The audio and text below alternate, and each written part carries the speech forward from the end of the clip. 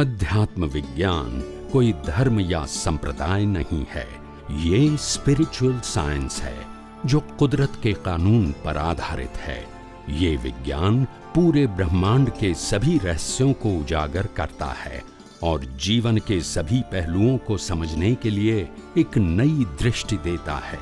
इसी को art of vision कहते हैं, दुनिया को देखने की एक नई दृष्टि, जो अध्यात्म विज्ञानी परम पूज्य स्वामी श्री कमलेशानंद जी के निर्देशन में सनातन सत्य का अनुसंधान कर हमारे जीवन को प्रकाशित करे।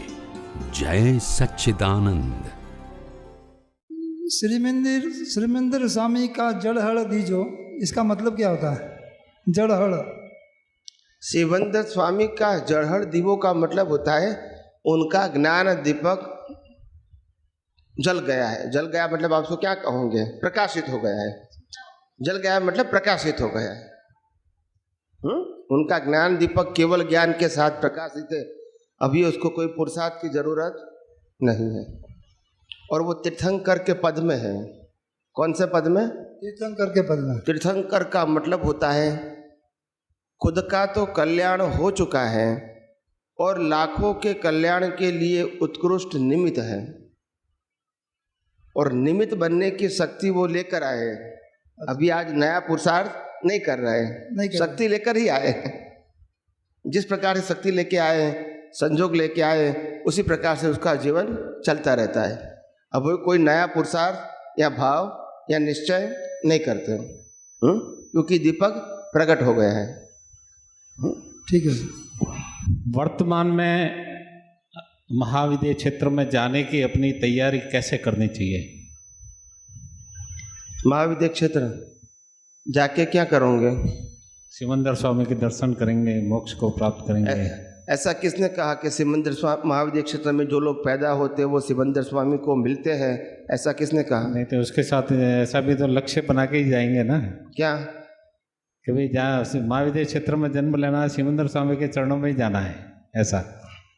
वो बराबर बात है, वो आपकी भावना अच्छी है, उसमें कोई गलती नहीं है, मगर उसके लिए हमारी क्वालिफिकेशन चाहिए ना, पात्रता चाहिए ना। चाहिए। बिना पात्रता क्या करेंगे? वो पात्रता कैसे आएगी? हाँ, मन वचन काया की एकता चाहिए। क्या चाहिए?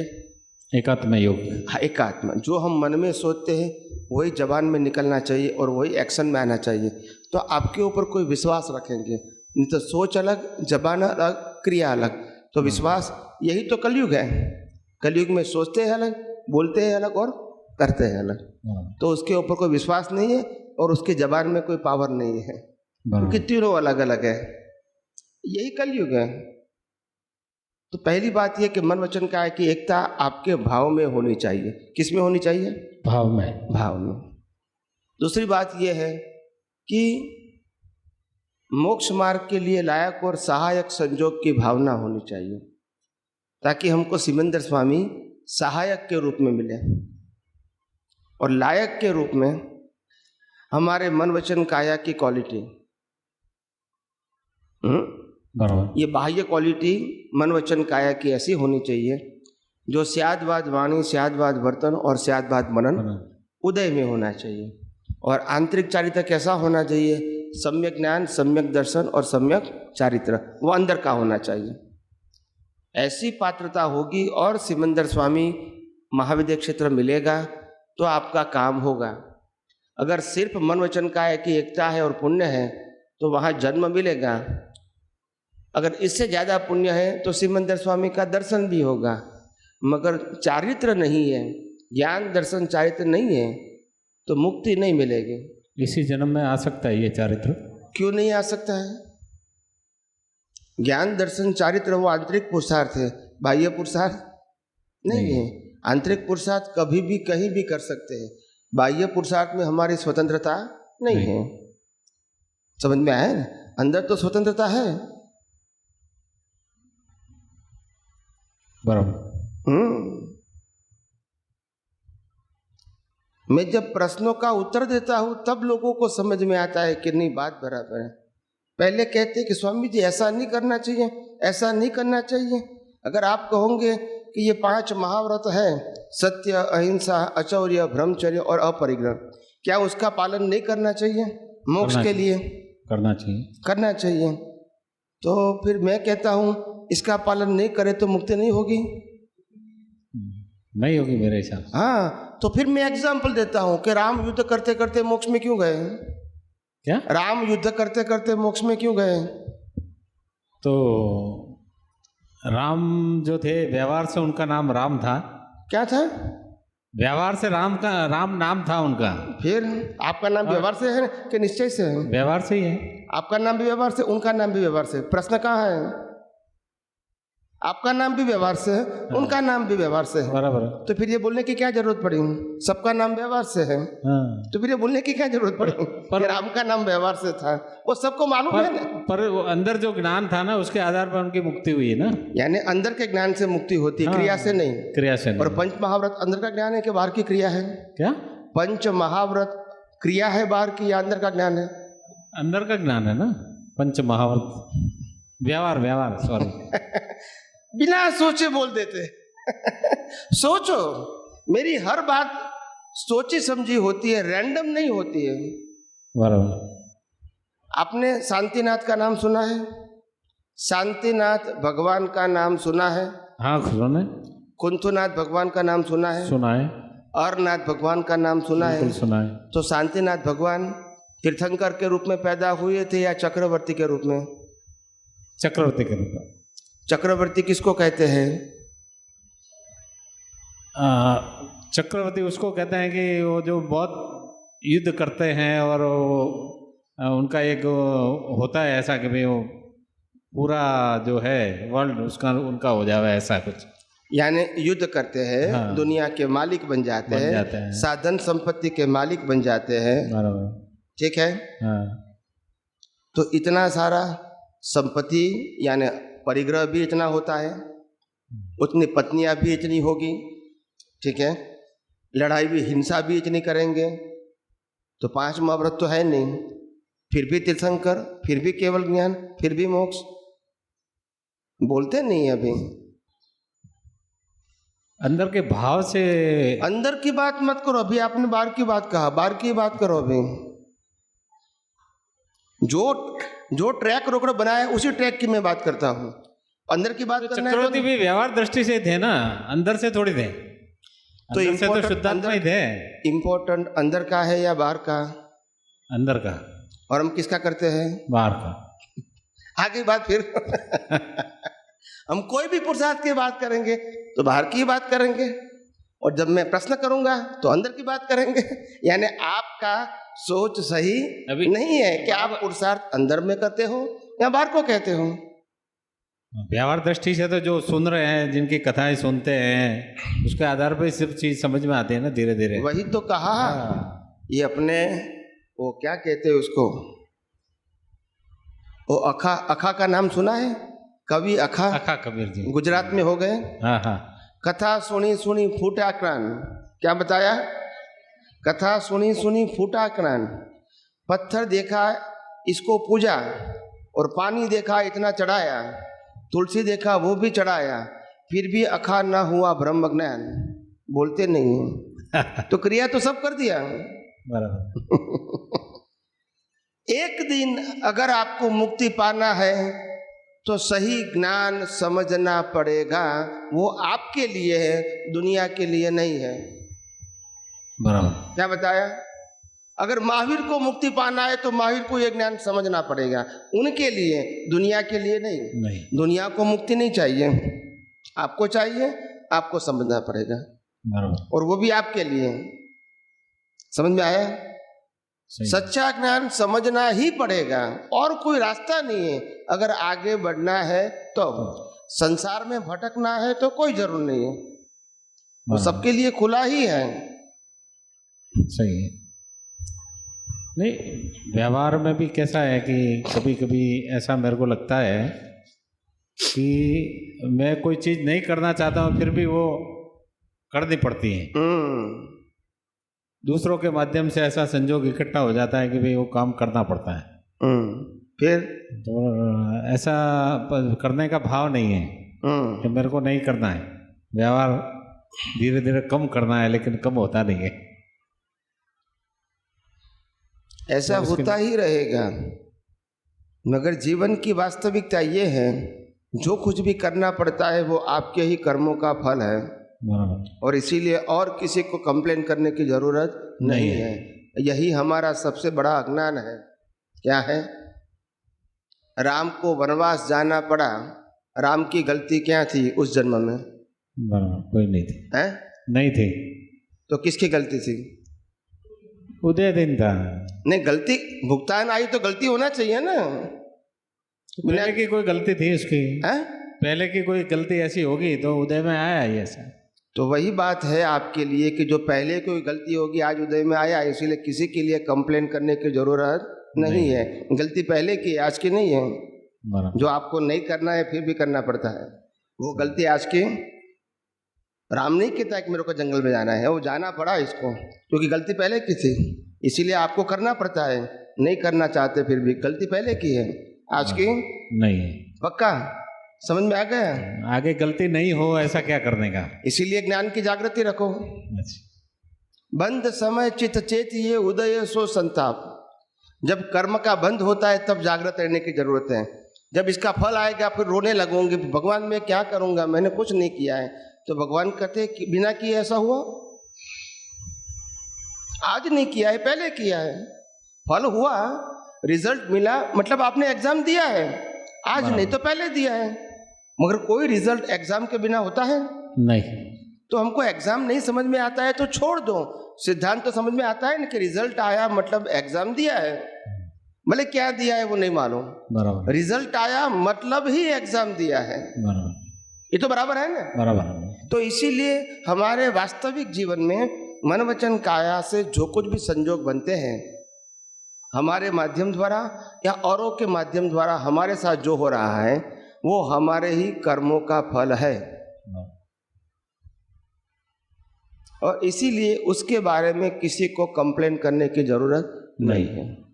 अगर आपको आगे बढ़ना है तो सही पक्का। देवो चुकववा देह मळ्यो छे, लेण देण नवी बंध बनो, हूँ शुद्धात्मा प्रतीति अनुभव लक्ष्य सदाए रहा करो। मगर वो रहता नहीं है, तकलीफ है ना। बोलते रोज है बोलते रोज है लेकिन अनुभव में नहीं आता है फिर भी। वही तो तकलीफ होती है कि पोपट को राम राम सिखाया तो बोलने लगा कि उसको मालूम नहीं है कि मिर्ची का नाम है कि जामफल का नाम है आप जो सिखाएंगे वो बोलते रहेंगे। इम्पोर्टेंट बोलना नहीं है, इम्पोर्टेंट सोच समझ के बोलना है। क्या है? सोच समझ के। हाँ, जो बोलते हैं उसके लिए पहले आपका विजन क्लियर होना चाहिए कि मैं बोल रहा हूँ वो क्या है, क्यों बोल रहा हूँ, या मेरा गोल क्या है। ये समझ के साथ बोलोगे तो फल मिलेगा। मैकेनिकल तो टेप रिकॉर्ड भी बोलेगी तो क्या उसको पुण्य बनेगा? बोलते नहीं है। एक टेप रिकॉर्ड हमको भक्ति संगीत सुनाएगी तो उसको पुण्य मिलेगा? नहीं। क्यों? हम बोले तो मिलेगा, उनको नहीं मिलेगा। आत्मा की हाजिरी नहीं है ना। आत्मा की हाजिरी नहीं तो आत्मा बोलता है। आत्मा की हाजिरी है इसलिए फल मिलता है ना।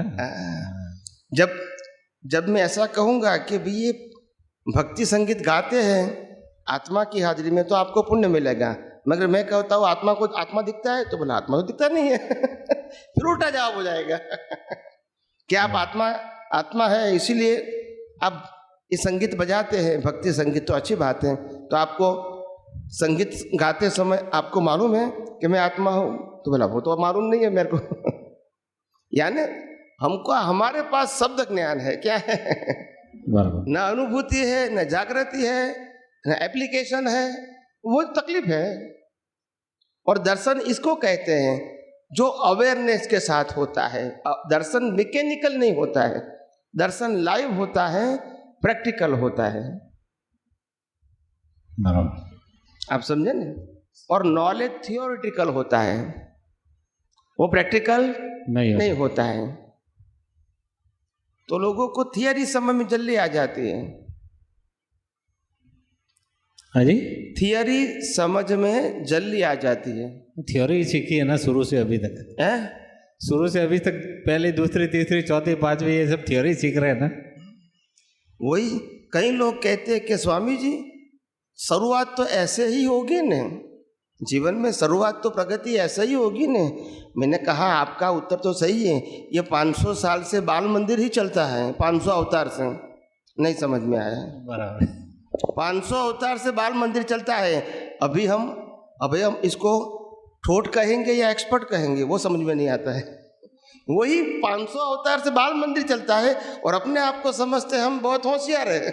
यही तो तकलीफ है। फिर अगर बाल मंदिर है तो स्वीकार करो कि मैं बाल मंदिर में हूँ, तो आगे बढ़ने का रास्ता मिलेगा। मगर बाल मंदिर बोलते हैं अपने आप को बचाने के लिए, फिर आगे करेंगे तो ना, ये तो हम जानते हैं, ये तो हम जानते हैं, तो फिर ऐसा क्यों बोलते हो? बराबर। हाँ, हमारे स्कूल में और कॉलेज में ज़्यादातर धार्मिक प्रवचनों में ज़्यादातर कथा होती है, प्रवचन होता है, उपदेश होता है। वहाँ किसी को, स्कूल और कॉलेज में भी, वहाँ किसी को प्रश्न करने का अधिकार नहीं होता है। क्या बताया? प्रश्न करने का अधिकार नहीं होता है। आपको प्रवचन सिर्फ सुनना है। क्या बताया? प्रवचन सुनना, कथा आपको सुननी है, उपदेश आपको सुनना है, भक्ति गीत आपको सुनना है, प्रश्न नहीं करना है। बराबर। बराबर है कि नहीं? बराबर। और यही सुनते सुनते इतने अवतार निकल गए, हम वहीं के वहीं हैं, बोलने वाला भी वहीं है और सुनने वाला भी वहीं है। बराबर। और दोनों मानते हैं हमारी प्रगति बहुत हो गई। आप समझे ना? आगे बढ़ने के लिए सोचो, वहाँ ये चक्कर चलता रहता है हर व्यक्ति का। मैं यही सोचता हूँ कि लोगों की सोच क्यों इतनी छोटी है, क्यों आगे बढ़ना नहीं चाहते हैं?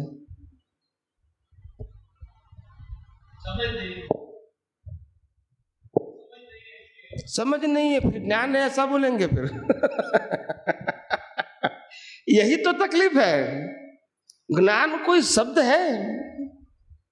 ज्ञान तो अनुभूति है, शब्द तो ज्ञान देने का माध्यम है, मगर वो माध्यम ज्ञान नहीं हो सकता है।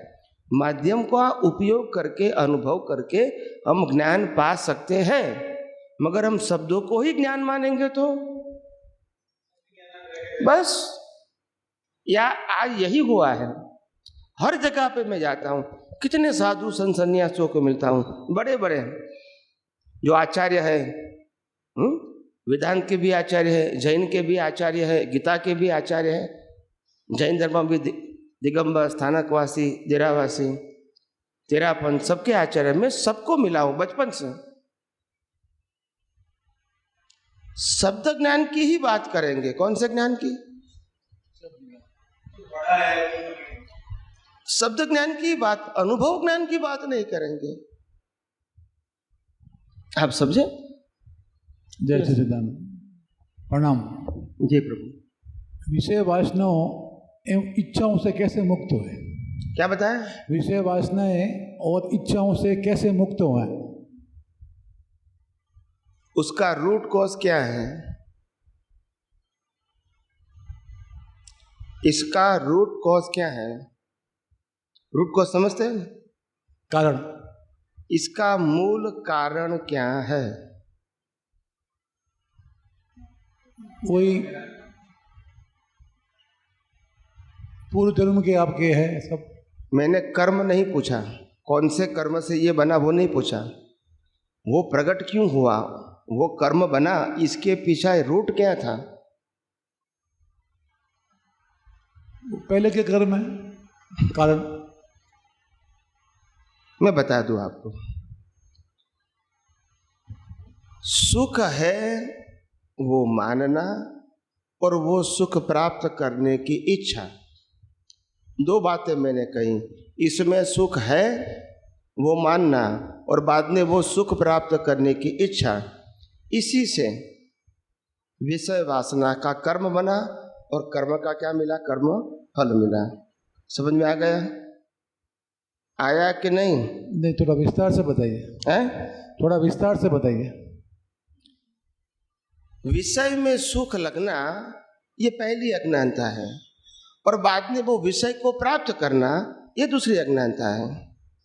तो ये प्राप्त करने की भावना वो बीज बन गया। पहले सुख मानना वो पहली अज्ञानता है। अगर सुख नहीं मानेंगे तो भाव करेंगे नहीं। तो पहली गलती क्या हो गई? इसमें सुख है वो मैंने माना, और बाद में वो सुख प्राप्त करने की इच्छा, तो वो भाव बन गया। और भाव से क्या बना? भाव बना। बराबर। तो गलती कहाँ है? गलती कहाँ है? सुख में भावना की, उसमें सुख है वो गलती है, वो दृष्टि में गलती है। तो करेक्शन कहाँ करना है? दृष्टि में। दृष्टि में करना है।